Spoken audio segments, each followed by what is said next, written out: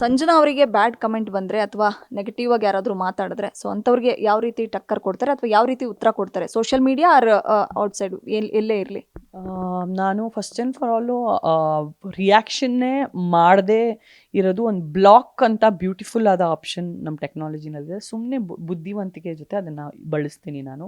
Still ಅದನ್ನು ಮೀರಿನೂ ನನಗೆ harassment ನಡೆದಿದೆ ಹಿಂದೆನೂ. ಒಂದು VVIP ಅವರ ಮಗ ಬಂದು ನಾನು ಅವ್ನಿಗೆ ಬ್ಲಾಕ್ ಮಾಡಾದ್ಮೇಲೂ ಇನ್ನೊಂದು ಫೋನಿಂದ ಮೆಸೇಜ್ ಮಾಡ್ತೇನೆ ರಾತ್ರಿ 2:00ವರೆಗೆ. ಅದು ನಾನು ಗರ್ಭಿಣಿ ಆವಾಗ 4.5 5 months ಗರ್ಭಿಣಿ. ವಲ್ಗರ್ ಮೆಸೇಜಸ್ ಮಾಡ್ತಾನೆ. ಆ ಸೆಕೆಂಡ್ ನಂಬರ್ಗೂ ನಾನು ಬ್ಲಾಕ್ ಮಾಡಿದೆ. 3ನೇ ನಂಬರ್ಗೂ ನಾನು ಇನ್ನೇನೋ ಯಾರೋ ಹೊಸ ನಂಬರಿಂದ ಮೆಸೇಜ್ ಬರ್ತಾಯಿದೆ, ಇನ್ನೇನು ಬ್ಲಾಕ್ ಮಾಡೋ ಮುನ್ನಾನೇ ಇಷ್ಟು ದೊಡ್ಡ ಮೆಸೇಜಸ್ ಕಳಿಸ್ಬಿಡ್ತಾನೆ. ಆ್ಯಂಡ್ ಮನುಷ್ಯನಾಗಿ ನನಗೂ ಕುತೂಹಲ ಇರುತ್ತೆ, ನಾನು ಎಂಥ ದೇವತೆ ಅಥವಾ ದೇವರಲ್ಲ. ಓದಾದ್ಮೇಲೆ ಎಷ್ಟು ಬೇಜಾರಾಗ್ಬಿಟ್ಟು ಅತ್ತೆ ಅಂದರೆ ಒಂದು 2 hour ರಾತ್ರಿ ಈ 2:30ಇಂದ 5 ಗಂಟೆ ಬೆಳಗ್ಗೆ ತನಕ ನಾನು ಹತ್ತಿದ್ದೀನಿ. ನನ್ನ ಗಂಡ ನನ್ನ ಪಕ್ಕದಲ್ಲೇ ಇದ್ದಾರೆ. ನಿನಗೇನು ಹುಚ್ಚ, ಯಾವನೋ ಹುಚ್ಚ ನಿನಗೆ ಮೆಸೇಜ್ ಕಳಿಸಿದ್ರೆ ನೀನು ಗರ್ಭಿಣಿ ಆದವಳು, ನಿನ್ನ ಹೆಲ್ತ್ ನೀನು ನೋಡ್ಕೊ, ನೀನು ಯಾಕೆ ಅಳ್ತಾ ಇದೀಯ ಅಂತ. ಇಷ್ಟಕ್ಕೂ ನೆಕ್ಸ್ಟ್ ಡೇ ಬೆಳಗ್ಗೆ ಇಂದಿರಾನಗರ್ ಪೊಲೀಸ್ ಸ್ಟೇಷನ್ರವರು ಕಾನೂನು ಕೈ ಹಿಡಿದು ನಾನು ಹೋಗಿ DCP ಇರೋರನ್ನ ಕಾಂಟ್ಯಾಕ್ಟ್ ಮಾಡಿದ್ರೆ ಅವನ್ನ ಅರೆಸ್ಟೇ ಮಾಡಿಸ್ಬಿಟ್ಟು ನಾನು ಪರಾಪನಗರ ಜೈಲ್ ಸೇರಿಸೋ ತನಕನೂ ನಾನು ಅವನ್ನ ಬಿಟ್ಟಿಲ್ಲ. ಲಿಟ್ರಲಿ ಬೇಲ್ ತಗೊಂಡು ಇನ್ನೂ ಕೇಸ್ ನಡೀತದೆ. ಈಗ ಭಿಕ್ಷೆಗೆ ಬೀಳ್ತಾ ಇದ್ದಾರೆ ಏನಂತ, ನನ್ನ ಹತ್ರ ಫೋನೇ ಇದ್ದಿಲ್ಲ, ನಾನು ಬೇರೆಯವ್ರಿಗೆ ಫೋನ್ ಕೊಟ್ಟಿದ್ದೆ ಅಂತ. ಸೊ ಕೈಕಾಲು ಮುಗಿತಾ ಇದ್ದಾರೆ, ದಯವಿಟ್ಟು ಕೇಸ್ ರಿಟರ್ನ್ ತಗೊಳ್ಳಿ ಅಂತ. ನಮ್ಮ ಕಾನೂನು ಅನ್ನೋದು ಅಷ್ಟು ಬ್ಯೂಟಿಫುಲ್ ಇದೆ, ಅಷ್ಟು ಸ್ಟ್ರಾಂಗ್ ಇದೆ, right? So we have to use our facilities. And ಅದು ಬರೀ ನನಗೆ ಫೆಸಿಲಿಟಿ ಅಲ್ಲ, ಪ್ರತಿಯೊಬ್ಬರಿಗೆ ಫೆಸಿಲಿಟಿ ಇದೆ. ಅದರಲ್ಲಿ ನನಗೆ ಜೀವ ಬೆದರಿಕೆನೇ ಹಾಕಿದ, ಐ ವಿಲ್ ಫಿನಿಶ್ ಯು ಅಂತ ಬರ್ತಿದ್ದ. ಹಾಗಾಗಿ ಅಷ್ಟು ಶ್ರಮೆ ಆಯಿತು ಅವನಿಗೆ, ಅಷ್ಟು ಪ್ರಾಬ್ಲಮ್ ಆಯಿತು. So we have to behave responsibly. ನಾವು ತುಂಬ ರೆಸ್ಪಾನ್ಸಿಬಿಲಿಟಿ ಆಗಿ ಬದುಕಬೇಕು ಅಂತ ನನಗನ್ಸುತ್ತೆ.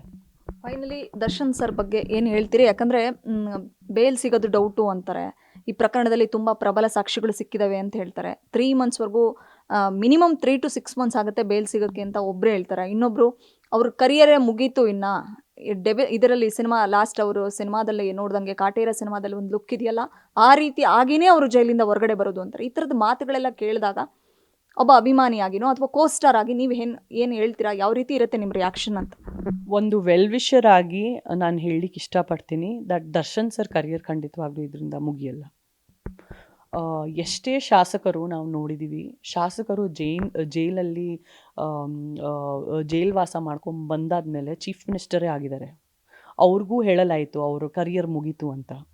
ಎಷ್ಟೇ ಶಾಸಕರು, ಎಷ್ಟೇ ಮಲ್ಟಿಪಲ್ ಕೇಸಸ್ ಆಗಿದೆ ಅವ್ರ ಮೇಲೆ, ಬಟ್ ಸ್ಟಿಲ್ ಅವ್ರು ಆಚೆ ಬಂದು ಗೆದ್ದು ಡಬಲ್ ನಿಂತ್ಕೊಂಡು ತೋರಿಸಿದ್ದಾರೆ. ಹಂಗಂದ ನೀವು ಜೈಲಿಗೆ ಹೋಗ್ಬಿಟ್ಟು ತಿರ್ಗಿ ಆಚೆ ಬಂದ್ಬಿಟ್ಟು ಮಾಡಿ ಅಂತ ನಾನು ಅಭಿಮಾನಿಗಳಿಗೆ ಹೇಳ್ತಾ ಇಲ್ಲ. ನನ್ನ ವರ್ಡ್ಸ್ನ ಮ್ಯಾನಿಪ್ಯುಲೇಟ್ ಮಾಡ್ಕೊಂಬಿಡಿ. ಇದೊಂದು ಅನಾಹುತ ಆಗಿದೆ, ಇದು ಆಗದೇ ಇರಬೇಕಿತ್ತು. ಬಟ್ ದರ್ಶನ್ ಸರು ಆಚೆ ಬಂದಾದಮೇಲೆ ಎಲ್ಲೋ ಒಂದು ಕಡೆ ನನ್ನ ಮನಸ್ಸಿಗೆ ಅನಿಸುತ್ತೆ ಎಲ್ಲ ಬ್ಯಾಡ್ ಪಬ್ಲಿಸಿಟಿ ಗುಡ್ ಪಬ್ಲಿಸಿಟಿನಲ್ಲಿ ಚೇಂಜ್ ಆಗಿಬಿಟ್ಟು ಅವರು ಇನ್ನೂ ಒಂದು KGF ನಾನು ಮೀರಿ ಒಂದು ದೊಡ್ಡ ಸೂಪರ್ ಹಿಟ್ ಸಿನಿಮಾ ಮಾಡೇ ಮಾಡ್ತಾರೆ ಅಂತ ನನಗನ್ಸುತ್ತೆ. ಗ್ಯಾರಂಟಿ ನ್ಯೂಸ್, ಸುದ್ದಿ ಖಚಿತ, ನ್ಯಾಯ ನಿಶ್ಚಿತ.